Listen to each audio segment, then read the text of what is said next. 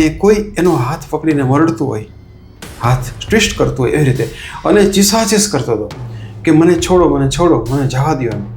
તો કે હું સામે એટલે જે ફેક્ટરીનો માલિક હતો, જે મારા મિત્રના મિત્ર હતા, એ કે હું એને જોઈને હસતો હતો. ગયા તું શું નાટક કરે છે, તને કોઈ પકડ્યો જ નથી? તો કે ના શેઠ, કે મને કોઈ પકડ્યો છે ને મારો હાથ મેળે છે, તમે મને છોડાવો. પછી કે મને બીક લાગી, મને પોતાને બીક લાગી. ફેક્ટરીની જે ઓફિસમાં હું સૂતો ત્યારે રાત્રે મને ઝાંઝરના ઝણકાર સંભળાય, અવાજો સંભળાય. એ થોડાક દૂર હોય, પછી થોડાક નજીક આવે. પછી મેં એને ઇગ્નોર કર્યા. તો એવું બન્યું કે પછી જે રૂમની અંદર હું ચેમ્બરમાં સૂતો હતો, ઓફિસ ચેમ્બરમાં જ એ આવી ગયા. એની ઘરે રાત્રે 2-2:30 વાગે કોઈ જાજ્વલ્યમાન નારી એ બંધ દરવાજામાંથી અંદર આવ્યા. એ તો ઘસઘસાટ સૂતો હતો છોકરો, એ 25-30 વર્ષનો છોકરો છે, ઘસઘસાટ સૂતો હતો, એકદમ રેમ સ્લીપમાં હતો. અને એની ઊંઘ ઉડી ગઈ કે એને એમ થયું કોક છે. અને એણે જોયું તો કોઈ 6 ફૂટ જાજ્વલ્યમાન સ્ત્રી હતા એની સામે. અને એણે એવા કપડાં પહેર્યા હતા ઓલમોસ્ટ રેડ, અને વાળ છૂટા હતા. અને એ અષ્ટમહાભૈરવ 8 દિશાઓના રક્ષક છે, અધિપતિ છે.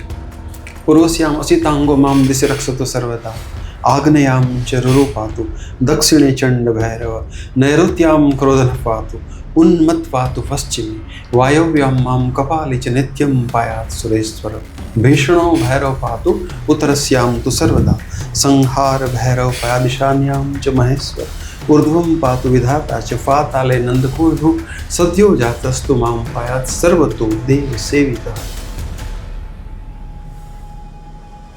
નમસ્કાર મિત્રો, સ્પીક બિંદાસમાં આપ સૌનું સ્વાગત છે. આપ મારી સાથે જોઈ રહ્યા છો યોગેશભાઈ ઠક્કર. નમસ્તે.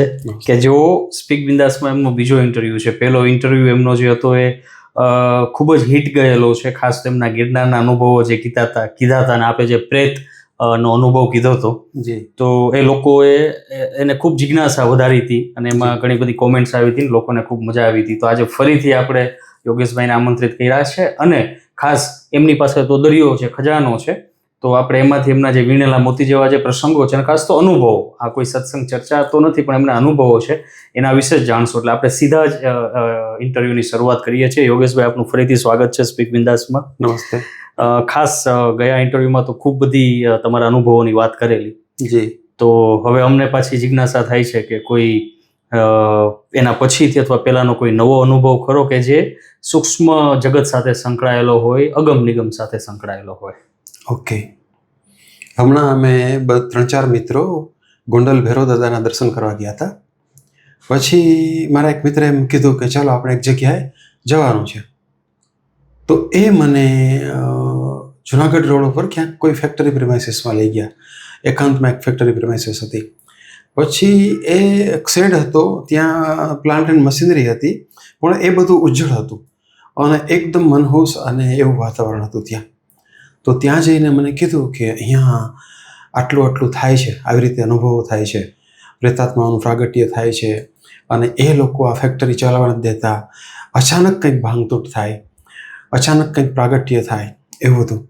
તો એના માટે અમે તમને અહીંયા લઈ આવ્યા છીએ. તો મેં કીધું યાર, તમારે મને ઘરેથી નીકળતી વખતે કેવું છે, ધોના પડે, કારણ કે મને તો આવી કંઈ ખબર જ નથી કે આવું શું થઈ શકે, શું હોય શું નહીં. તો મને કે એમ તમે ના પડો એમ કેમ ચાલે, તમે મારા મિત્ર છો અને it is your duty to help us. તો બધું ઠીક છે, ચાલો, તમે મને લઈ આવ્યા છો તો કંઈક પરમાત્માની ઈચ્છા હશે, પણ મારો આ વિષય નથી. એટલે મેં એને પૂછ્યું કે શું થાય છે અહીંયા, મને એક્ઝેક્ટલી પહેલાં વાત કરો. એટલે એણે એક ફેક્ટરી પ્રિમાઇસીસની વચ્ચોવચ, એક શેડની વચ્ચોવચ મને ઊભો રાખ્યો. મને કે આ જગ્યાએ એક વખત મારો મજૂર કામ કરતો હતો. એ કંઈક બોઇલરમાં કંઈક નાખતો હતો મટીરિયલ, બોઇલર જેવું કે એવું કંઈક ચર્નર જેવું હતું, એમાં એ મટીરિયલ નાખતો હતો. તો એ વખતે એ એકદમ સ્ટેન્ડ સ્ટીલ થઈને, જડ થઈને ઊભો રહી ગયો. અને કોઈ એનો હાથ પકડીને મરડતું હોય, હાથ ટ્વિસ્ટ કરતું હોય એવી રીતે, અને ચીસાચીસ કરતો હતો કે મને છોડો, મને જવા દો એમ. તો કે હું સામે એટલે જે ફેક્ટરીનો માલિક હતો, જે મારા મિત્રના મિત્ર હતા, એ કે હું એને જોઈને હસતો હતો. ગયા તું શું નાટક કરે છે, તને કોઈ પકડ્યો જ નથી? તો કે ના શેઠ, કે મને કોઈ પકડ્યો છે ને મારો હાથ મેળે છે, તમે મને છોડાવો. પછી કે મને બીક લાગી, મને પોતાને બીક લાગી, અને મેં હનુમાન ચાલીસા ચાલુ કરી અને એ માણસનો હાથ છૂટી ગયો. પણ એની 5-7 મિનિટ સુધી એ ભયંકર દશા રહી, અને જેવો હાથ છૂટ્યો એવો એ સીધો દોટ મૂકીને ભાગી ગયો. એ આજ દિવસ સુધી એના બાકી પૈસા લેવાય નથી આવ્યો. તો પિન પોઈન્ટ આ જગ્યાએ બનેલું. તો મેં કીધું બીજું? તો એણે એમ કીધું કે ફેક્ટરીની જે ઓફિસમાં હું સૂતો ત્યારે રાત્રે મને ઝાંઝરના ઝણકાર સંભળાય, અવાજો સંભળાય. એ થોડાક દૂર હોય, પછી થોડાક નજીક આવે. પછી મેં એને ઇગ્નોર કર્યા. તો એવું બન્યું કે પછી જે રૂમની અંદર હું ચેમ્બરમાં સૂતો હતો, ઓફિસ ચેમ્બરમાં જ એ આવી ગયા. અને મને એમ થયું કે મારા સામે જ મારા જે પલંગ છે, જે યુનિવર્સિટી પર હું સૂતો છું ત્યાં સામે જ ઊભા છે. અને પછી મને બીક લાગી, તો હું સીધો બહાર નીકળ્યો, કાર કાઢીને સીધો ભાગ્યો. અને બાજુમાં પેલું પરોઠા હાઉસ છે, હોટલ છે, તો ત્યાં સવારના 7 વાગ્યા સુધી ત્યાં બેઠો રહ્યો. અને પછી હું પાછો ફેક્ટરી આવ્યો. પછી હું ક્યારેય અહીંયા આવ્યો નથી. તો મેં કીધું ઠીક છે. એ વખતે અમે ત્યાં ભૈરવદાદાની ગોંડલમાં પૂજા કરી હતી. એટલે મારી સાથે મહાકુંભમાં અમે ગયા હતા. તો પ્રયાગરાજ ત્રિવેણી સંગમનું જલ હતું મહાકુંભ વખતનું. તો અમે 3 હતા મિત્રો, અને એ ભાઈ એક ચોથા હતા, ફેક્ટરીના માલિક. મેં એને કીધું ઠીક છે, ચાલો આપણે ત્યાં જાય, મને પિન પોઈન્ટ એ લોકેશન બતાવો. એટલે એણે એમ કીધું કે જ્યાંથી પ્રગટે છે ને એ અમારી ફેક્ટરી પ્રિમાઇસીસની ઓફિસ છે, એની પાછળ એક ખાડો છે મોટો લંબચોરસ, એમાંથી એ આવે છે ત્યાંથી. તો ત્યાં અમે ગયા. તો ત્યાંનું વાતાવરણ મને એમ થયું કે બહુ એકદમ બોજેલ વાતાવરણ છે. ત્યાં જઈને મેં સંકલ્પ કર્યો, હાથમાં એ જલ લીધું, ત્રિવેણી સંગમનું જલ લીધું, અને મેં ત્રિવેણી સંગમના તીર્થોના દેવોનું આહ્વાન કર્યું. અને મેં કીધું કે આ જલના પ્રતાપે અને અમારી શુભકામના પ્રતાપે અહીંયા જે કોઈ આત્માઓ છે, જે અવગતે ગયેલા છે, એનો મોક્ષ થાવ, એની તૃપ્તિ થાવ, એની શાંતિ થાવ. અને માત્ર ને માત્ર શુભકામનાથી હું આ કરું છું. 3 વખતે જલ લીધું હાથમાં અને જલ છાંટ્યું ખાડામાં. અને મેં પાછો સંકલ્પ કર્યો કે અહીંયા જે હોય એના સિવાયને કોઈ આજુબાજુમાં હોય કે જેને તૃપ્તિની કામના હોય, જેને સદગતિની કામના હોય, તો એ બધા આવો અને તમારો મોક્ષ થાય, તમારો ઉદ્ધાર થાય. 3 વખત મેં કર્યું. પછી મારી સાથે બીજા 2 મિત્રો હતા, એને મેં જલ આપીને કીધું કે તમે કરો. એણે પણ એમ કર્યું. પછી જે ફેક્ટરીનો જે માલિક હતો, મિત્રનો મિત્ર હતો, એને કીધું કે હવે તમે કરો. તો કે મારે કરવાનું? મેં કીધું તમારે જ કરવાનું છે, તો મેં તમારા વતી કર્યું છે, તમે તો મુખ્ય જ હોય. એને થોડોક ડર લાગતો હતો કે આમાં ક્યાંક પુલમાંથી ચૂલમાં ન પડાય. મેં કીધું એકદમ નિર્દોષ પ્રયોગ છે, આપણે કોઈને કાંઈ છંછેડતા નથી. એણે કર્યો. એ વાત થઈ. પછી અમુક ટાઈમમાં ધીરે ધીરે એની બધી સાનુકૂળતા પ્રાપ્ત થવા માંડી. એના પ્રોબ્લેમ ધીમે ધીમે શાંત થવા માંડ્યા. ત્યાં જે ઉત્પાતો થતા એ શાંત થવા માંડ્યા. પછી એ કોઈ ભૂદેવની પાસે ગયા કે જે આવા સારા નિષ્ણાત જ્યોતિષી હતા. તો એ ભૂદેવે એને પૂછ્યું કે હમણાં તમે ત્યાં કોઈને લઈને ગયા હતા? તો આ તો શું છે કે થોડુંક આમ આ બધા થોડોક ગિલ્ટ સેન્સ હોય, થોડોક અપરાધ ભાવ હોય, થોડુંક છુપાવવાની વૃત્તિ હોય, એવું બધું હોય. ન કહી દઈશ તો પછી એ જ વાત મને કહેશે, મૂળ વાત નહીં કરે. તો કે હા, એક માણસને લઈને ગયો હતો. તો કે એક માણસને લઈને નહોતા ગયા, તમે 3 વ્યક્તિને લઈને ગયા હતા. હવે જ્યોતિષીએ કીધું. મને કે સાચું બોલો તમે. તો કે પ્રભુ, હું તમને બધું સાચું કહીશ, પણ પહેલાં તમને જે દેખાય છે બધું કહી દો. તમને શું દેખાય છે, પછી બધું તમને સિલસિલાબંધ વાત કરીશ. તો એણે એમ કીધું કે તમે 3 ભૂદેવોના લઈને ગયા હતા, અને 3યે ત્યાં કંઈક વિધિ કરી. 3યે વિધિ કરી.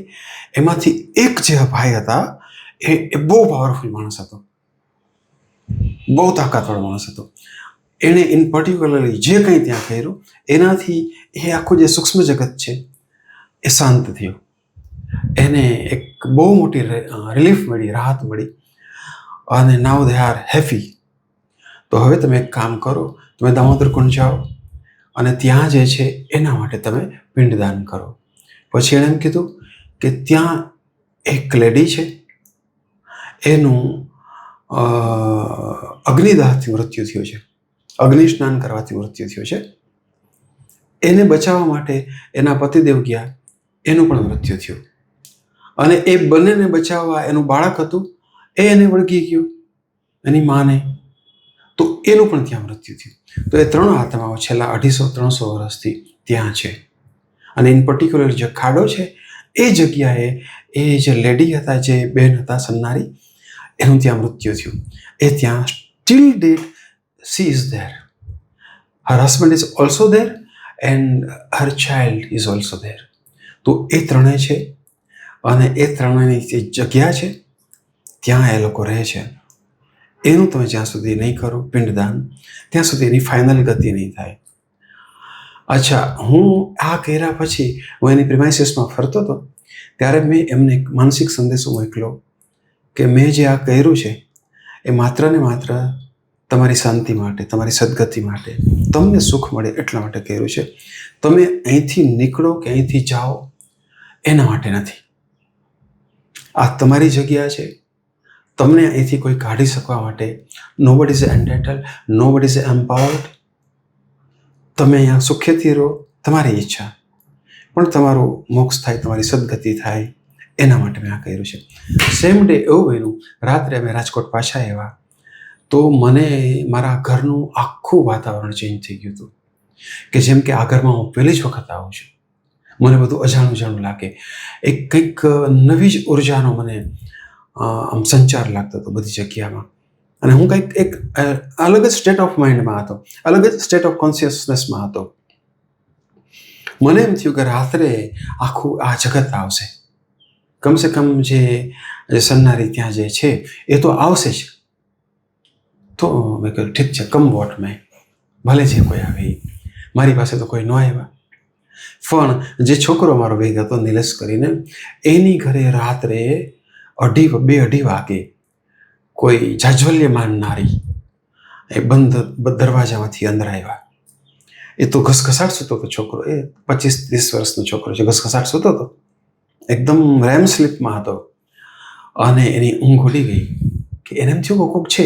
અને એણે જોયું તો કોઈ 6 ફૂટ જાજ્વલ્યમાન સ્ત્રી હતા એની સામે. અને એણે એવા કપડાં પહેર્યા હતા ઓલમોસ્ટ રેડ, અને વાળ છૂટા હતા, અને આમ એની સામે જોતા હતા. અને એમ એકદમ she was gazing, she was staring at him. ઓની ઊંઘ ઉડી ગઈ અને તો હક્કોબક્કો થઈ ગયો કે આ શું, આ કોણ આવ્યું? બારણું તો બંધ છે, આગળીઓ તો બંધ છે, અને કોણ આવ્યું? એને સમજે ન સમજે, કાંઈ રિએક્ટ કરે ન કરે, ડરે ન ડરે, ચીસ પાડે ન પાડે, એ પહેલાં તો એ જે પ્રસન્ન મુખ મુદ્રા હતી એની, અને જતા રહ્યા. ટર્ન એરાઉન્ડ થઈ, ફીટ ફેરવી અને એમને જતા રહ્યા, બંધ બારણાથી બહાર નીકળી ગયા. આ એનો અનુભવ હતો. તો સેમ લેડી જેવા હતા એ જ ત્યાં પધાર્યા, એને દર્શન આપ્યા અને આ વાત થઈ. યોગેશભાઈ, આપ પોતે તો બ્રાહ્મણ છો, ભૂદેવ છો. જી, બરાબર છે. હવે આમાં 2-3 પ્રશ્નો સાથે છે. એક તો માનો કે અત્યારે લોકો જોતા હોય તો અત્યારે વૈજ્ઞાનિક વાત ને આવું કરતા હોય છે. તમે પણ વૈજ્ઞાનિક માનસના છો, જી, એવું મેં અનુભવે જાણેલું છે. જી, તમે પોતે ઇન્કમ ટેક્સ અધિકારી પણ છો, જી, વ્યવસાય. એટલે now I am retired. Now you are retired, પણ એમ કે ભાઈ એક તમે એજ્યુકેટેડ વ્યક્તિ છો, જી, બરાબર. જે સંસાર છે ને સમજી શકો છો. એવું નથી કે તમે કઈ જંગલમાં રહ્યો છો અને એવી કોઈ વાત છે, બરાબર છે. Yes yes yes. તો ખાસ એ કે આ જે સૂક્ષ્મ જગત છે એ તમારો સંપર્ક કરે છે, તો એનું કારણ શું છે? તમને શું લાગ્યું છે એનું કારણ? સૂક્ષ્મ જગત મારો સંપર્ક કરે છે that I am not sure. અને એ સંપર્ક કરે કે ન કરે એની પરથી હું ઇન્ડિફરન્ટ છું, ઉદાસીન છું. પણ કોઇન્સિડન્ટલી આવી જાય છે સંપર્કમાં. તો મારે કંઈક કરવાનું હશે, કંઈક પ્રદાન દેવાનું હશે, કંઈક કરવા, મારું કંઈક યોગદાન મારે કરવાનું હશે એ લોકો માટે, એવું બની શકે.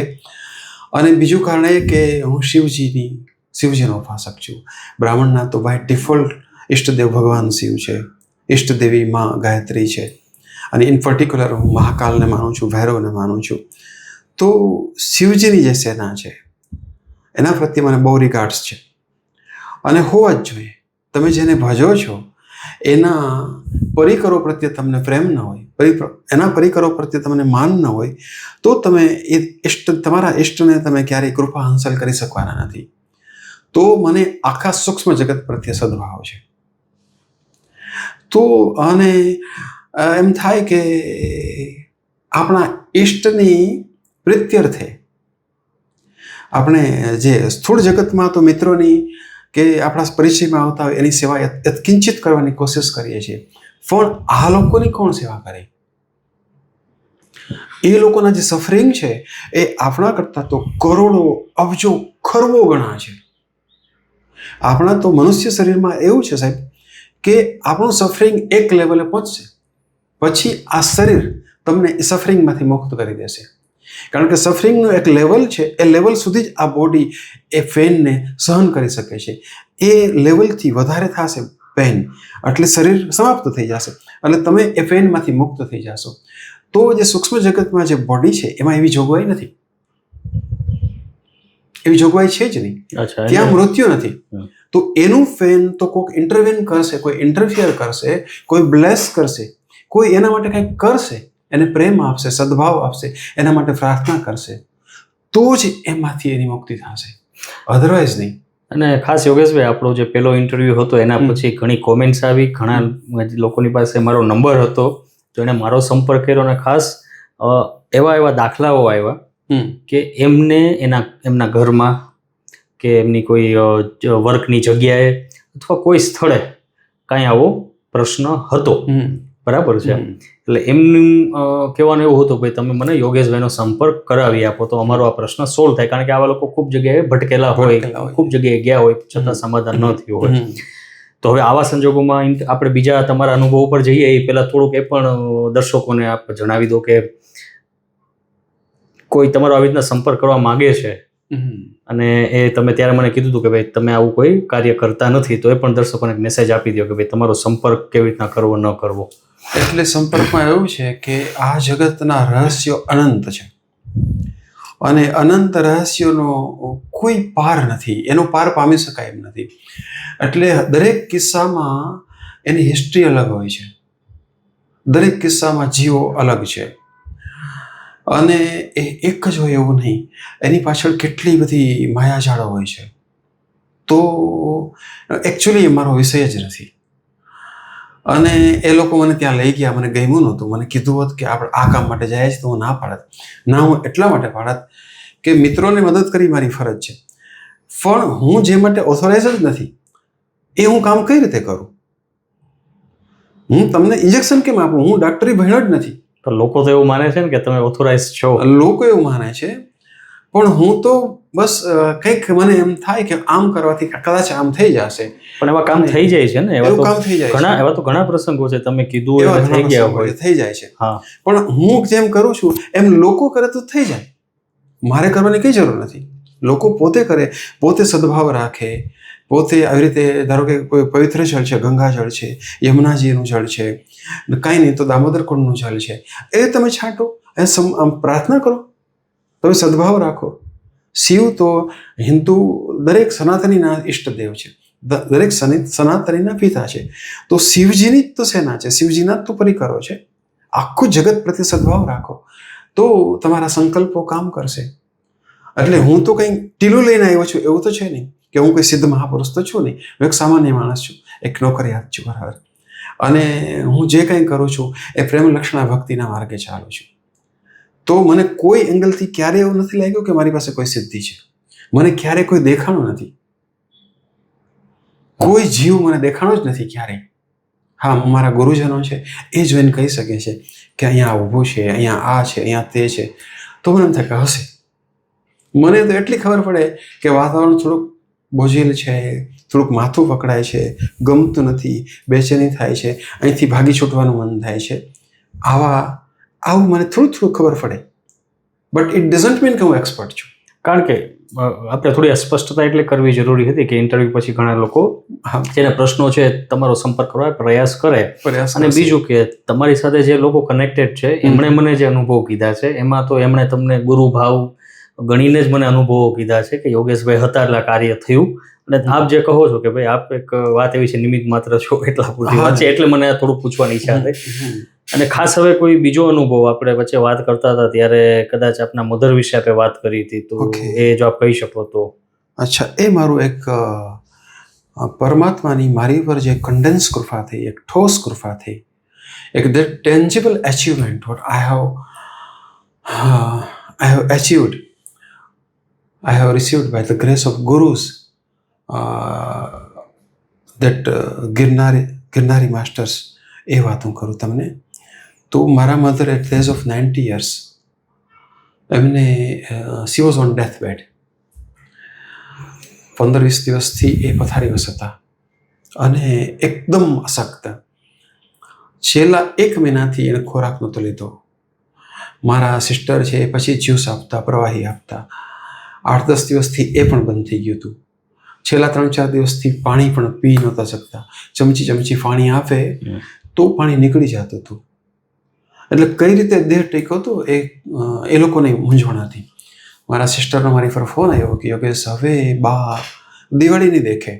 બાપુજી બહુ નિરાશ થઈ ગયા હતા. બાપુજીનો ફોન આવ્યો કે યોગેશ તું આવી જા, એઝ સુન એઝ પોસિબલ આવી જા, તું મળી લે.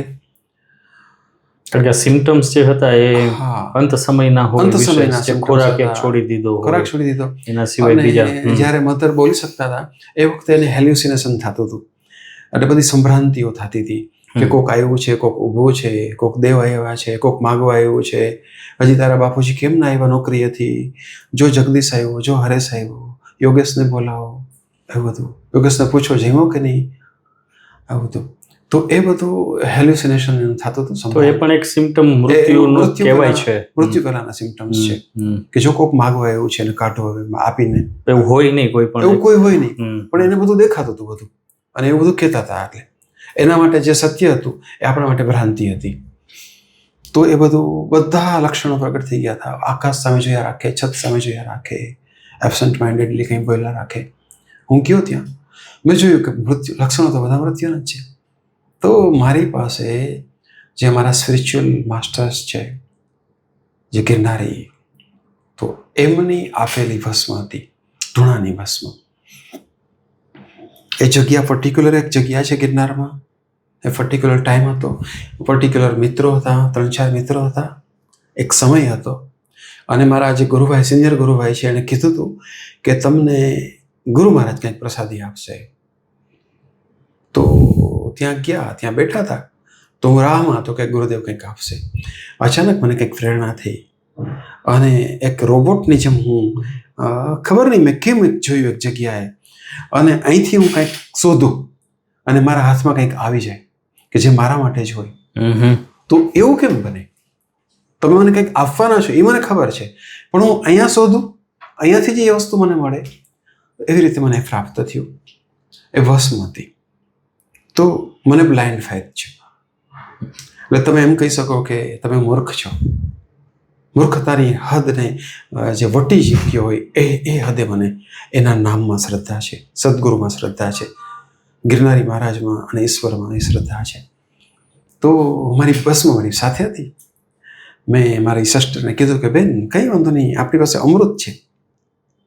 તો મેં કીધું ટાંચણીનું ટોપકું આ ભસ્મમાં બોળજે, બાને સવાર બપોર સાંજ દત્ત ભગવાનનું નામ લઈને ચૂંટાડજે. Within 3 days she will be okay. તો મને કે યોગેશ એવું બને?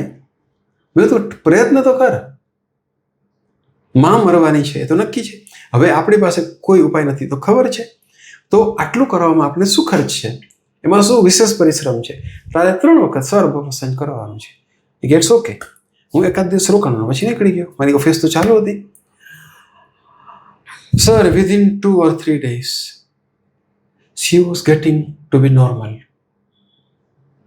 ધીમે ધીમે માં નોર્મલ થવા માંડી. એણે બીજે દિવસે ચા માગી કે મને ચા પીવડાવો ને. એને થોડીક ચા પીધી, અડધો કપ. ત્રીજા દિવસે એમ કીધું કે મને ભૂખ લાગી છે, મને બહુ તરસે લાગી છે. અડધો ગ્લાસ પાણી પીધું. જે એક ચમચી પાણી માંડ પીતી, માંડ ગળે ઉતરતું અને ઉતરેલું નીકળી જતું હતું. એને અડધો ગ્લાસ પાણી પીધું, અડધી રોટલી ખાધી. 6-7મા દિવસે 1 રોટલી ખાધી, 10મા દિવસે 2 ખાધી. 15 દિવસ પછી હાલતી ચાલતી થઈ ગઈ. એને 16મા દિવસે પપ્પા માટે ચા બનાવી, બાપુજી માટે ચા બનાવી. That was my experience. અને પછી મધરની પછી એજ કેટલી પ્રોલોંગ થઈ કે પછી 4-5 વર્ષ સુધી સી વોઝ ક્વાઇટ ઓકે. 5 વર્ષ પછી પાછું આ વસ્તુ રિપીટ થઈ. પાછું હેલ્યુસિનેશન, પાછી આ જ પરિસ્થિતિ આવી. બેને મને પાછો ફોન કર્યો. બેને કીધું યોગેશ આવું પાછું થયું. તો તો જ પાછું વલણ થયું. ઓલું અમૃત તો આપણી પાસે છે જ બેટા, કર પાછું.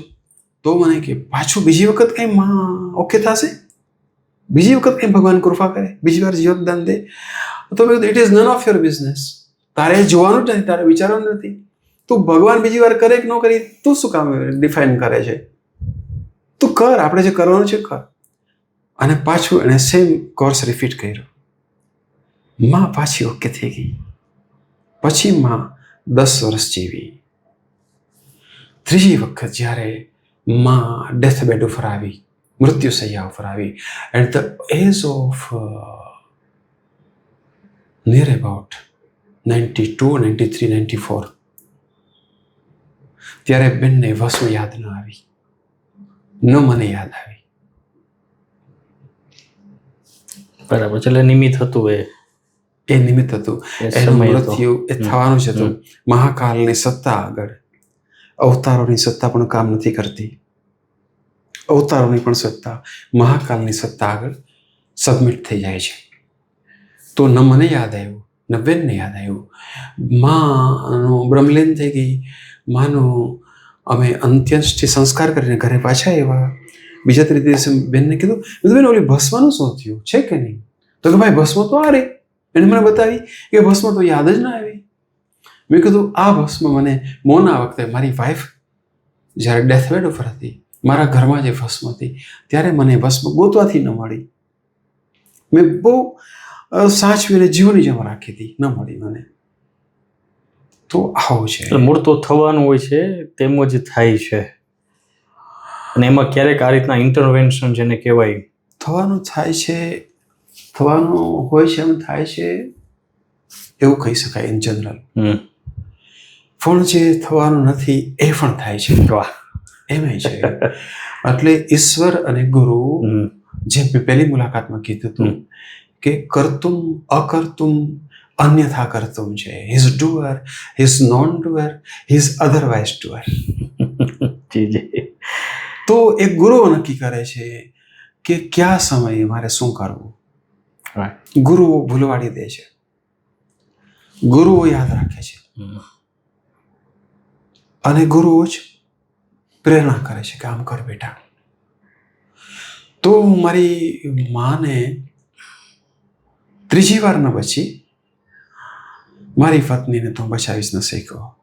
મારા ઘરમાં એ અમૃત હતું, પણ એ કામ ન થયું, કામ ન આવ્યું.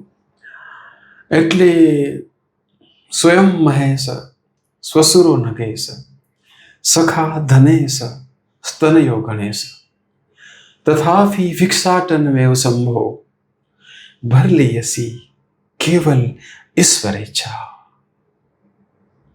એ સ્વયં મહેશ છે, મહાનેશ છે, ઈશ્વરનો પણ ઈશ્વર. સ્વયં મહેશ સ્વસુરો ધનેશ, સ્વયં મહેશ સ્વસુરો નગેશ, પર્વતોનો રાજા હિમાલય, જેના સસરાજી છે સ્વસુરો નગેશ. સખા ધનેશ, દેવોના ખજાનચી કુબેરજી, જેના મિત્ર છે. સ્વયં મહેશ સ્વસુરો નગેશ સખા ધનેશ સ્તનયો ગણેશ, રિદ્ધિ સિદ્ધિના સ્વામી ગણપતિ દાદા, જેના દીકરા છે. તથાપી ભિક્ષાટન મેવ સંભો, તો એ ભગવાન શિવ તો ભિક્ષાટન કરે છે, સ્મશાનમાં રહે છે. તથાપી ભિક્ષાટન બલિયસી કેવલ ઈશ્વર ઈચ્છા, જે પરમાત્માની ઈચ્છા છે, જે સ્વયં શિવજીની પોતાની ઈચ્છા છે, એ જ બળવાન છે. ખાસ યોગેશભાઈ, આપણે વાત કરીએ માં ગિરનાર અને ગિરનારી મહારાજનો ઉલ્લેખ સ્વાભાવિક આપનાથી થયો, અને એ મને પણ એ ઉલ્લેખ થતા આનંદ થાય એવી વાત છે. એટલે થોડું એ પણ તમને મારે પૂછવું છે, કારણ કે મારે ઘણા ઇન્ટરવ્યૂ કરવાના થતા હોય, એમાં ગિરનાર વિશે ક્યારેક ઉલ્લેખ થતો હોય. ગિરનારને રિલેટેડ ચમત્કારના અનુભવો જે છે, કે કોઈ એકવાર જંગલમાં જતું હતું તો ભાઈ થાકી ગયા, ભૂખ અને તરસ થઈ લાગી, કોઈ હતું નહીં, અને સાવ હવે પડી જવાની સ્થિતિમાં હતા, અને એને ભોજન અને પાણી પ્રાપ્ત થયું એવા દાખલા છે. કોઈ ભૂલા પડી ગયા તો એને શ્વાન મળ્યો, રસ્તો બતાવ્યો, આવા દાખલા હોય છે. પણ અમુક પ્રસંગો કેવા હોય છે કે ભાઈ એ 50 વર્ષ પહેલા, 100 વર્ષ પહેલા ઘટી ગયા હોય, અને કોઈ બીજાને ઘટેલા હોય બીજા સાથે, આવું હોય છે. તો તમને એ પૂછવાનું મને મન થશે કે તમારો પોતાનો કોઈ અનુભવ કે જેને થોડો ત્યાંની ભાષામાં સુપર નેચરલ આપણે કહી શકીએ, એવો કોઈ અનુભવ ખરો આપને યાદ આવતો હોય તો? ઓકે, ગિરનારમાં એક પર્ટિક્યુલર એક જગ્યા છે, એક ગુફા છે ગિરનારના જંગલમાં. તો એના વિશે મને એવું જાણવા મળ્યું કે એ ભગવાન વિષ્ણુ સાથે જોડાયેલી જગ્યા છે, સંકળાયેલી જગ્યા છે. અને ભગવાન વિષ્ણુની સાથે જોડાયેલી જગ્યા હોય તો નારદજી તો બાય ડિફોલ્ટ એની સાથે જોડાયેલા જ હોય. તો મારા મિત્રએ મને એમ કીધું કે નારદજી થ્રુ પ્રોપર ચેનલ તમારે ભગવાન પાસે જવાનું છે. તો નારદજીને તમારે ભલામણ કરવાની છે, નારદજીને પ્રાર્થના કરવાની છે. તો નારદજી અને ભગવાન નારાયણમાં કોઈ ડિફરન્સ છે જ નહીં. નારદજી બ્રહ્માજીના માનસ પુત્ર છે અને ભગવાન નારાયણના એકાંતિક ભક્ત છે, સર્વશ્રેષ્ઠ ભક્ત છે. તો અમે ત્યાં એ જગ્યાએ ગયા અને મેં એક ગુફામાં બેસીને નારદજીને પ્રાર્થના કરી કે હે ભગવાન, આપની આ જગ્યા છે, આપ અહીંયા પધારો છો, આપે અહીંયા તપસ્યા કરી છે. તો હું તમને પ્રાર્થના કરું છું કે મારા મધર ફાધર બહુ ઓલ્ડ એજના છે અને હું મારી સાથે રાખીને એમની સેવા કરી શકતો નથી. પણ મારી એક પ્રાર્થના છે કે મારા મધર ફાધર આજીવન હાલતા ચાલતા રહીએ, હરતા ફરતા રહીએ અને એમનું મૃત્યુ સુખરૂપ થાય. એ બેડ રિડન બનીને ખાટલો સેવીને 6-8 મહિના 12 મહિના ખાટલે પડીને રહ્યા અને કોકે સેવા કરીને ડાયપર બદલાવ્યા, એવી રીતે મારા મધર ફાધરનું મૃત્યુ ન થાય, મારા મા બાપનું. મારી એ વિનંતી છે કે તમે એમની રક્ષા કરજો અને છેક સુધી હાલતા ચાલતા રાખજો. એ હું પ્રાર્થના કરી મેં ત્યાં.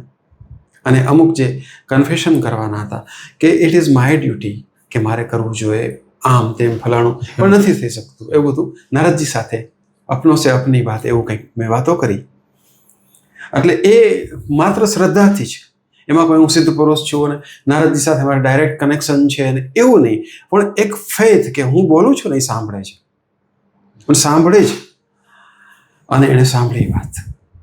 કદાચ મેં પહેલી મુલાકાતમાં વાત કરી હતી કે નહોતી કરી, તો મારા મધર તો સાવ શુક્લકડી એકદમ અને કંતાઈ ગયેલું શરીર, 85-90ની ઉંમર, એ બાથરૂમમાં લપસીને કેટલી વાર પડી ગયા, એને ક્યારેય કાંઈ થયું નહીં. એ તો ઠીક છે, પણ શેરીમાં નીકળે, એ શેરીમાં બહુ ગાયો હતી, ગાયોએ ઢીક મારી હોય, એને 4-5 વખત પડી ગયા, તોય એને કાંઈ ફ્રેક્ચર વેક્ચર આવ્યું નહીં. મેં નારદજીને પર્ટિક્યુલરલી કીધું હતું કે મારા મા બાપને અસ્થિભંગ ન થવો જોઈએ અને ઇટ ઇઝ યોર ડ્યુટી. આવી રીતે આમ ભક્તિ ખોખારો ખાઈને કીધું હતું, ઇટ ઇઝ યોર ડ્યુટી, ન થવું જોઈએ. અને 5-7 વખત ગાયે ઢીક મારીને પાડી દીધા હોય અને જતા પાટ પડી દીધા હોય અને શેરીમાં તો નીચે પેલું પેવમેન્ટ હોય એમાં પડી ગયા હોય. મારા ફાધર તો 96ના, એને આવી રીતે ઘણી વાર લપસીને પડી ગયા, બાથરૂમમાં ઊંધા માથે પડી જાય. એ કેટલી વખત ગાયોએ ઢીક મારીને પાડી દીધા, એને કોઈ દિવસ કાંઈ થયું નથી. ઇવન છોલાણા પણ નથી. છેલ્લે મારી માં જ્યારે મૃત્યુના 3 દિવસ પહેલા એ ફળી ગયા અને એ વખતે એને અસ્થિભંગ થયો. મેં જોયું કે અસ્થિભંગ થયો હશે, કારણ કે એનું જે બોન હોય, જેને ક્યુ બોન કહે, ઓલું ગોળો, હા, એ બોન જરાક મેં જોયું કે એ ઉપસેલું છે. તો મેં બેનને પૂછ્યું, બેન આ ફ્રેક્ચરની નિશાની છે? તો કે ના ભાઈ, ફ્રેક્ચરની નિશાની કદાચ હોઈ શકે, કદાચ અસ્થિભંગ થયો હશે, પણ બાને કંઈ પીડા થતી નથી, કારણ કે મૃત્યુ પહેલાંની અવસ્થામાં હતા. એટલે પછી એ પીડા થતી હશે કે નહીં ખબર નથી, પણ એ કંઈ બોલતા નહોતા. એટલે એ હતું તો નારદજીએ એક ટોકન પીડા આપી કે બેટા 2-3 દિવસ માટે આ પીડા તો ભોગવવી પડશે, પણ લાઈફ લોંગ નારદજીએ આ કામ કર્યું. તો આનો અર્થ યોગેશભાઈ આપણે એવું સમજી શકીએ કે ભાઈ જે ચોક્કસ સ્થળ હોય છે ત્યાં કરેલી પૂજા કે પ્રાર્થના એ વિશેષ ફળ આપતી હોય છે, વિશેષ ફળ આપે છે. અને આપણે તો અત્યારે ગિરનારની જ વાત કરીએ છીએ, તમે તો કોઈ ચોક્કસ ગુફાની વાત કરો છો, તો ગિરનારનું એ રીતના પણ મહત્વ સ્થળની દ્રષ્ટિએ પણ છે. માનો કે અહીંયા મંત્ર જાપ કરીએ શહેરમાં અને ત્યાં ગિરનારમાં મંત્ર જાપ કરીએ તો એમાં પ્રાર્થના કરીએ તો એમાં ઘણો ફેર પડતો હશે ને? એમાં જમીન આસમાનનો ફેર પડે છે. અને કારણ કે ત્યાં કરોડો અરબો વર્ષની જે એનર્જી છે, એ જે સ્પંદનો છે, તપ છે, એ સ્ટેબિલાઇઝ થઈને પડેલું હોય છે. તમે જેવા એની સાથે એટ્યુનમેન્ટમાં આવો, એક સિંક્રોનાઇઝેશન થાય તમારું અને એનર્જીનું. પછી એ તમારા એ જે ફ્લો છે એ સીધો પહોંચે છે ત્યાં. તો તમે તો આવી ઘણી બધી જગ્યાએ ગિરનારમાં ભ્રમણ કરેલું છે, હા, તો એના વિશે થોડી વાત કરો, થોડા ગિરનારના અનુભવો, ખાસ તો સ્થળને લઈને. એમાં એવા અનુભવ એવા હતા કે એ લોકો છે ને ત્યાં નવદુર્ગા ગુફાએ બેઠા હતા. નવદુર્ગા ગુફા. અશોકભાઈ દરજી હતા, બબ્ભાઈ કોળી હતા, 2 જણા હતા. ને રાત્રે, મોડી રાત્રે 5-5, 7-7 કિલોના મોટા મોટા પાણા એના ઘા આવવા માંડ્યા અને આમ સનસનાટ બાજુમાંથી નીકળી જાય, વાળને અડતા નીકળી જાય એવી રીતે. એટલે એ તો કેવો અનુભવ છે. ત્યાં થોડા દિવસે ચકલો ફરકતું નથી, એવો અનુભવ. અને એણે જીતુભાઈને વિડીયો કોલ કર્યો અને જીતુભાઈ જેણે ગિરનારના ગૂઢ રહસ્યો લખ્યા અને હમણાં એક 4 પુસ્તકોનો એક સેટ બહાર પડ્યો, બમ ગિરનારી, હાલેક ગિરનારી, ગિરનાર મહોદય, એવા 4 પુસ્તકોનો સેટ બહાર પડ્યો. બરાબર. હા. તો એને ફોન કર્યો, ત્યાંથી એને વિડીયો કોલ કર્યો અને એણે જોયું કે હા ધબ દઈને પડે છે અને એ અનુભવ એનો હતો. અચ્છા, એમાં રહસ્ય એવું હતું કે આગળ દીપડો હતો. દીપડો આ બેનો શિકાર કરવાની રાહમાં હતો. દીપડાને ભગાવવા માટે ઇન પર્ટિક્યુલર, હવે એ યોગ હતો કે દીપડો એને હુમલો કરે અને માર નાખે, એ પર્ટિક્યુલર યોગ. એટલે એ યોગમાંથી બચાવવા માટે જે ગિરનારી મહાસત્તાઓ છે એણે એમાંના કોઈએ આ કર્યું. એટલે જેને ડિવાઇન ઇન્ટરવેન્શન ડિવાઇન ઇન્ટરવેન્શન એને પાણાના ઘા આવ્યા અને એ દીપડો ન આવી શક્યો. એ દીપડાને ઉદેશીને ખાતા હતા. હવે કોઈ એમ કે ચાલો હવે આવા ભગવાન હોય તો દીપડા ન ભગાવી શકે, હવે એનો આમ કરી શકે, એનો તેમ કરી શકે, દીપડાનો આંધળો કરી શકે, તો એ બધા લોજિક છે. એને શું કરવું એ કાંઈ આપણે ડિફાઇન નથી કરવાનું, એ આપણી બુદ્ધિ નથી નક્કી કરવાનું કે એણે કેમ ચાલવું.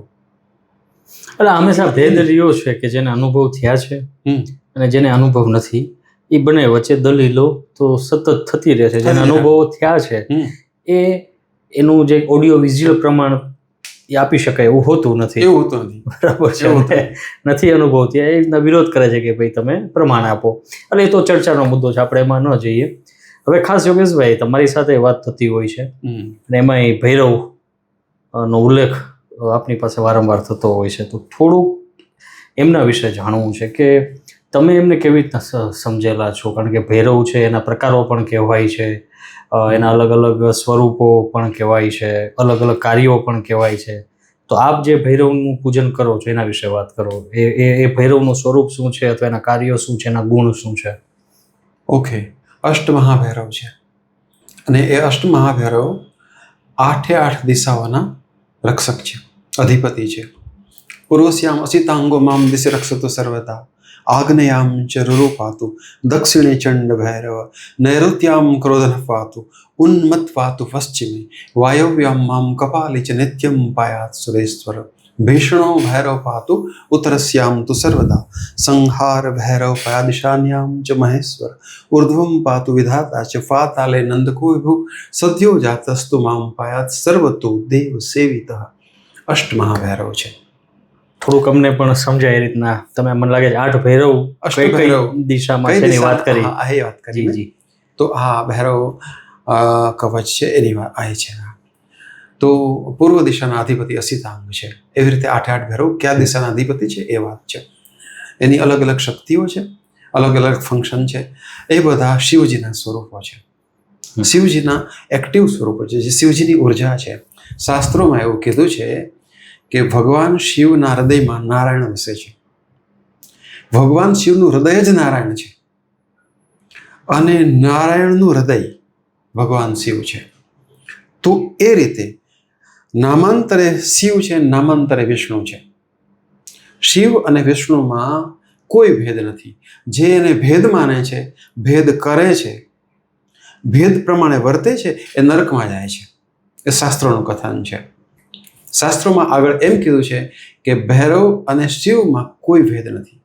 જેમ કાંચન અને હેમ એક છે, જેમ સ્વર્ણ અને સોનું એક છે, એવી રીતે શિવ અને ભૈરવ એક છે. શિવ અને ભૈરવમાં જે ભેદ જાણે છે, જે એને અલગ માને છે, એ મૂર્ખ છે. એને મૂઢ કીધો છે શાસ્ત્રોએ. તો એ નામાંતર છે, બાકી બે એક જ છે, બરાબર. તો 85માં અમે ગોંડલ રહેવા આવ્યા. હું ક્યારે એક બસમાં ક્યાંક જતો હતો, એસટી બસમાં, અને કદાચ મેં આગલી મુલાકાતમાં વાત કરી હતી. મારી આગલી ત્રીજી સીટમાં બે સાધુઓ વાત કરતા હતા કે મુझे रुकना है कहीं, तो कोई ऐसी अच्छी जगह बताओ ना. तो ओला साधुए एम कीधुं कि गोंडल में नदी किनारे भैरव दादा का एक स्थानक है, तो वहाँ आप चले जाओ, वहाँ कोई साधु नहीं है. तो आ बात मारे काने पड़ी कि गोंडलમાં ભૈરવ દાદાનું કોઈ સ્થાનક છે નદી કિનારે. તો ગોંડલમાં મેં અનેક લોકોને પૂછ્યું કે આવું કોઈ સ્થાનક છે. એ વખતે કોઈને ખબર નહોતી. આ વાત 85-86ની છે. પછી એક સંત મહાત્મા છે, ઉદાસીન મહાત્મા છે, ત્યાં એક બહુ સ્મશાનની બાજુમાં એમનું આશ્રમ છે. એમને મેં પૂછ્યું કે બાપુ આવું કોઈ સ્થાનક છે? તો કે છે ને, તમે આમ ઘોઘાવદરના કિનારે, ઘોઘાવદરના સડકે વયા જાઓ, ત્યાંથી આમ ડાબી બાજુ નદીમાં ઉતરી જાજો, ત્યાં ભૈરવ દાદાનું સ્થાનક છે. તો હું એકલો ગોતતો ત્યાં ગયો અને મેં ભૈરવ દાદાને જોયા તો હું સ્તબ્ધ થઈ ગયો. આટલી વિશાળ, આટલી સુંદર, આટલી પ્રભાવી, એટલી હાજર મૂર્તિ કે તમે જેમ કૃષ્ણ ભગવાનને જોતા હો એટલા સુંદર. તો that was love at first sight. તો હું તો ધ્યાન માર્ગમાં હતો, જ્ઞાન માર્ગમાં હતો, અને હું ક્યારે એના પ્રેમમાં પડી ગયો અને ક્યારે એ મારો આખી ટ્રેક ચેન્જ થઈ ગયો, એની ભક્તિ ચાલુ થઈ ગઈ. આવી રીતે હું આમ આવ્યો. ખાસ આપણે જે ભૈરવ કહેવાય એમ કે એમાં કાળ ભૈરવ એનો ખાસ ઉલ્લેખ થતો હોય છે ને એના ગુણમાં એવું કહેવાય કે ઉગ્ર સ્વભાવ. એટલે એ જે ઉર્જા છે ઉગ્ર છે, દંડ કરે ઉર્જા છે. એની ભક્તિ કરતાં પહેલાં પણ વિચારવું જોઈએ, આવું પણ મેં સાંભળેલું છે. તો તમારી જે ભક્તિ છે એના ઉપરથી આ બધા પ્રશ્નોના તમે કેવી રીતના એને જવાબ આપી શકશો? ઓકે, હવે જે કાલ ભૈરવ કે કાલી કે કોઈ પણ ઉગ્ર દૈવત છે, એની ઉગ્રતા જે છે એ એની કરુણાનું ટ્રાન્સફોર્મેશન છે. કરુણા એક લેવલે ઉગ્ર બની જાય છે. કેવી રીતના? કેવી રીતે? ફોર એક્ઝામ્પલ, એક નાનું બાળક છે, એ આગમાં હાથ નાખશે, એને ખબર નહીં પડે, તો એની માં એને તરત ખેંચી લેશે, અથવા તો એને ઝાપટ મારી દેશે, લાફો મારી દેશે, કે વોટ એવર પનિશ કરશે કંઈક, કે નેક્સ્ટ ટાઈમ એવું ન કરે, અને એમાંથી એ બચે. તો એ વખતે મરસી નહીં રાખે, એ વખતે કરુણા નહીં રાખે માં, કે ચાલો એ જે કરે છે કરવા દઈએ આમ તેમ. માને ખબર છે કે આના કરવા દેવાય. બાળક ખાતું નહીં હોય તો એને રોવડાવીને પણ ખવડાવશે. બાળક પેલું દવા નહીં લેતું હોય તો એને પનિશ કરશે, એને કંઈક મારશે કે કંઈક કરશે, કે ડારો દેશે, રોવડાવશે, અને દવા પાસે જ. તો એ રીતે માની એ કરુણા છે. માં એક કમ્પલ્સનમાં બાળકને લઈ જાય છે. તો આ જે ઉગ્ર દૈવત છે એની જે કરુણતા છે એટલી બધી એક્સેસિવ હોય છે, અસહ્ય કરુણા છે. એ પોતાની કરુણાને પોતે સંભાળી નથી શકતા, એ હદે કરુણા છે, એ હદે કરુણા. આ તો આ સમજવા માટે આપણે વર્ડિંગ્સ વાપરીએ છીએ. એ તો કરુણાના સાગર છે, તો કોઈ દી છલકે જ નહીં. પણ એની કરુણા એટલી બધી નિર્બાધ હોય છે કે આપણા માટે અસહ્ય થઈ જાય છે. એ ઉગ્ર નથી, એની કરુણા આપણને ઉગ્ર લાગે છે. એ તો પરમ પ્રેમ ભાવવાળા છે, એ તો પરમ કરુણાશીલ છે.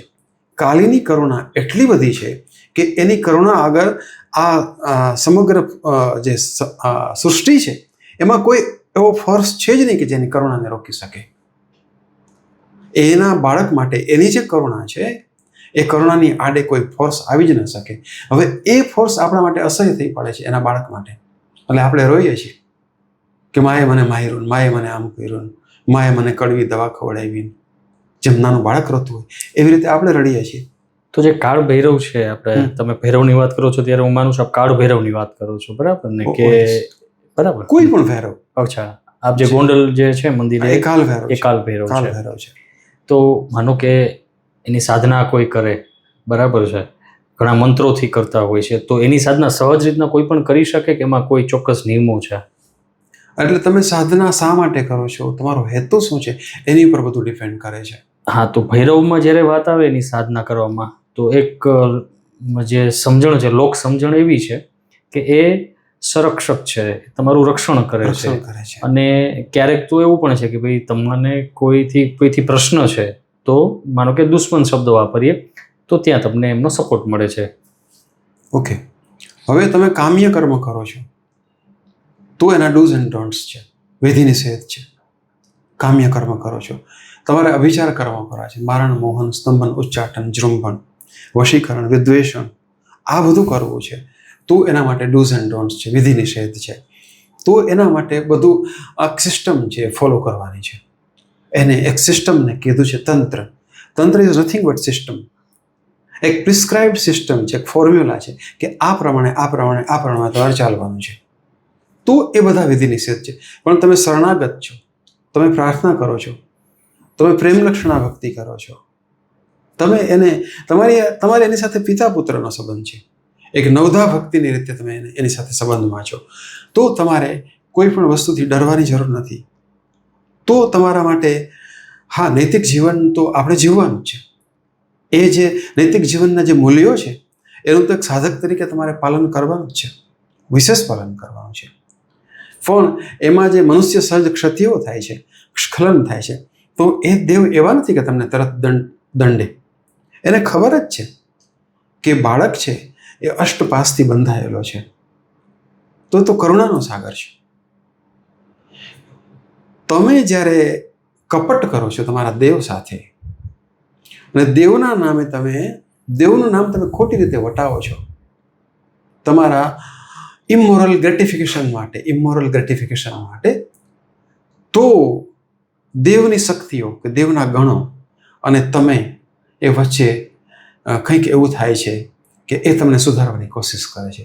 સુધારવાની કોશિશ રૂપે તમને પનિશમેન્ટ આવે છે. જેમ માં મારી લે છે, માં પરાને મોઢું ખોલી નાક બંધ કરીને દવા રેડી દે છે, એવી રીતે કરશે. બટ ઇટ ડઝન્ટ મીન કે ઉગ્ર છે ને એણે આમ કર્યું ને એણે તેમ કર્યું, એવું નથી. I don't believe that. અને હું તો રાત્રે ત્યાં જાઉં છું, કોઈ પણ સમયે જાઉં છું, અને હું તો કોઈ વિધિ નિષેધમાં માનતો નથી. એટલે તમે પ્રશ્નોનો એમાં જવાબ આપી જ દીધો કે ભાઈ અત્યારે કળિયુગમાં કોઈ વ્યક્તિ એમ કે ભાઈ આચરણમાં ગમે એટલો પ્રયાસ કરે, ક્યારેક ને ક્યારેક એનાથી ભૂલ થવાની જ છે, વિચારોથી પણ થવાની છે. તો હવે ભૈરવનું સ્વરૂપ એવું છે કે ઉગ્ર છે કે તમે ભૂલ કરી તો તમને દંડ, એક મને લાગે છે એમના એક જે આયુધ છે એમાં એક દંડ પણ છે એમ. તો ભાઈ એની સાધના એ જ કરી શકે જે પૂર્ણ નિર્મોહી છે, અથવા તો જેને કોઈ લૌકિક ઈચ્છાઓ નથી, અથવા તો એને એટલું બધું શુદ્ધ થવાનું છે, આવું સાંભળેલું છે. પૂર્ણ નિર્મોહી છે એ જ કરી શકે, લૌકિક ઈચ્છાઓ નથી એ જ કરી શકે. એ વાતને આપણે થોડીક સુધારીએ શબ્દોને, કે ભૈરવનું કામ છે આપણે પૂર્ણ નિર્મોહી બનાવવાનું, ભૈરવનું કામ છે લૌકિક ઈચ્છાઓમાંથી છોડાવવાનું. પણ એ લૌકિક ઈચ્છાઓ જે હોય છે એનું અનુસંધાન આપણે કાળ ભૈરવ સાથે કરી શકીએ? ઓફકોર્સ કરી શકીએ. આપણે આપણી ઈચ્છાઓ છે એ ઈચ્છાઓ છે અને સમસ્યાઓ છે. તો ભગવાન શંકરાચાર્ય જે ભૈરવાષ્ટક લખ્યું, કાલ ભૈરવાષ્ટકમ, તો એમાં લખ્યું છે કાલ ભૈરવાષ્ટકમ પઠંતી એ મનોહરમ જ્ઞાન મુક્તિ સાધનમ વિચિત્ર પુણ્યવર્ધકમ શોક મોહ દૈન્ય લોભ પાપ તાપ નાશનમ તે પ્રયાંતિ કાલ ભૈરવાંઘ્રી સન્નિધિમ ધ્રુવમ. જે કાલ ભૈરવને ભજે છે એના શોક મોહ દૈન્ય પાપ તાપનો નાશ કરે છે ભગવાન.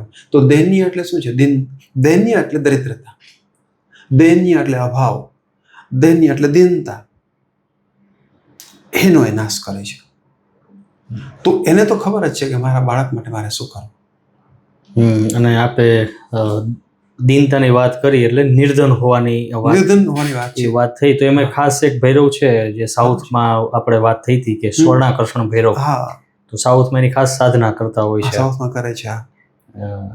નંદીશ્વર વિદ્યા છે, ભગવાન નંદી એમણે એ વિદ્યા એના આચાર્ય છે. તો મંદાર દ્રુમ કલ્પ મૂલ વહિતે માણિક્ય સિંહાસને સંવિષ્ટોદર ભિન્ન ચંપક રુચા દિવ્યા સમાલિંકિત ભક્તેભ્ય કર રત્ન પાત્ર ભરિતમ સ્વર્ણદાનો ભ્રસમ સ્વર્ણાકર્ષણ ભૈરવો વિજયતે સ્વર્ણાકૃતિ સર્વદા.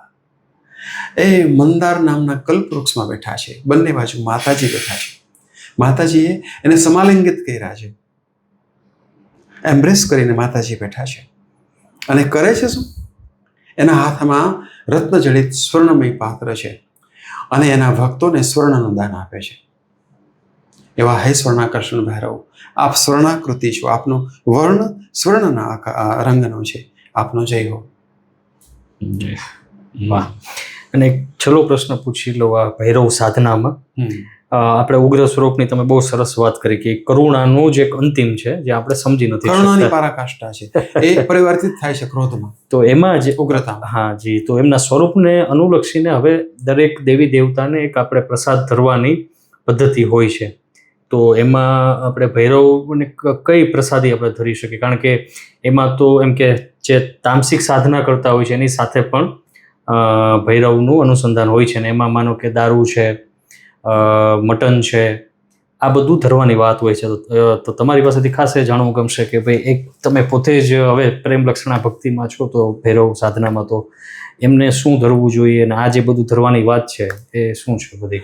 અચ્છા, મદિરા અને મત્સ્ય જે છે જનરલી જે તમો માર્ગથી ચાલે છે, તામસિક માર્ગે ચાલે છે, એ કોઈ કોઈ સમયે, હંમેશા નહીં, કોઈ સમયે મદિરા અને મત્સ્ય એટલે માછલી, તળેલી માછલી, એ ભગવાનને અર્પણ કરતા હોય છે. એ તમો માર્ગની સાધના છે. જે રજોગુણની સાધના છે એ એના ઓપ્શન લે છે. જે કે મદિરા છે તો એના ઓપ્શનમાં, એના વિકલ્પમાં દ્રાક્ષાસવ છે, એ લે છે. અને મત્સ્યના ઓપ્શનમાં આદુ છે, એ લે છે. એ ભગવાનને કરે છે. જે સત્વગુણી છે, સત્વગુણી સાધના કરે છે, જે પ્રેમ લક્ષણાના માર્ગે ચાલે છે કે શરણાગતિના માર્ગે ચાલે છે, જેને આ પ્રયોગો સાથે કંઈ લેવા દેવા નથી, એ લોકો ઋતુફળ ધરે છે, સુખડી ધરે છે, પછી જે કંઈ મીઠાઈઓ છે એ ધરે છે. તો બધું. અને એવું નથી કે તમે સત્વગુણની સાધના કરો છો એટલે તમોગુણીથી તમે ઊંચા છો, એવું નથી. તમોગુણ નિમ્ન છે, તમોગુણી સાધના નિમ્ન છે, સત્વગુણી ઊંચી છે. It is not so. તમે પોતે જ ડિફાઇન કરો છો કે તમે નિમ્ન છો કે ઉત્તમ છો, તમે અધમ છો કે ઉત્તમ છો. It depends upon you only. તો ત્રણેય માર્ગો છે. સત્વ માર્ગ છે, ઈશ્વર તરફ લઈ જાય છે. તમોગુણી માર્ગ, તમો માર્ગ છે તમસનો, એ લઈ જાય છે. અને સત્વગુણને રજોગુણ પણ લઈ જાય છે.